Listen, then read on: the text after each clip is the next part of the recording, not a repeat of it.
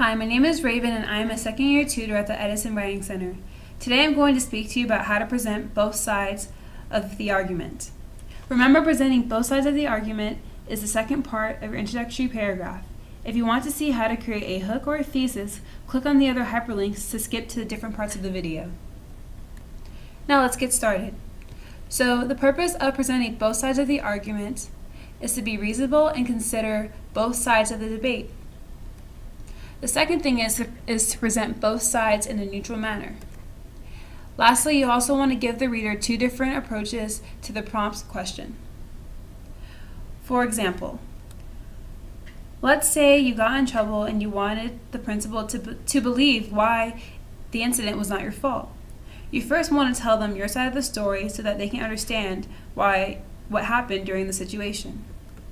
Let's say you're the other student who didn't get to tell the principal your side of the story. How would you feel if she made her decision based off of what the other child said? It wouldn't feel too great. By speaking with you, the principal can get the full picture of the story because she now understands what you thought would happen and what the other student thought would happen. The principal can now make her decision because she has the full picture of what happened. This is exactly what presenting both sides of the argument does. Presenting both sides of the argument makes your thesis or your point stronger because it gives the reader the full picture. By giving the reader the full picture, it makes them understand why you have chosen to believe a specific point. Now, if you're that other kid, you're going to be jumping with joy because you won't get in trouble for something you didn't do. So let's go to example. Here's a prompt and let's try and make a counter argument. The prompt is, it has been said that first impressions are almost impossible to change. Based on your experiences, do you agree or disagree with this statement? Take a position on this issue. Support your reasons with a specific example.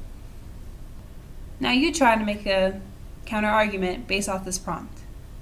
Pause the video so you have time to work.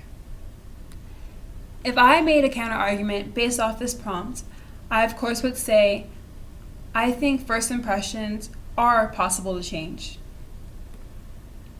My counter argument will be, others might say that first impressions are not possible to change because it sets the bar for whether that person will like you or not, but I think otherwise. Do you see in this example how I recognize other people's opinions? So that's basically what the counter argument does, or presenting both sides of the argument does. It just shows you that other people might not agree with my thesis or what my opinion is. So by recognizing them, it makes my paper stronger because I give the reader a fuller picture of the scenario or prompt that I'm answering. So in conclusion, presenting both sides of your counter argument is very important because it makes the essay stronger, of course, and without a counter-argument, your essay will sound one-sided and harder to believe because the reader will think it's only going your way or no way.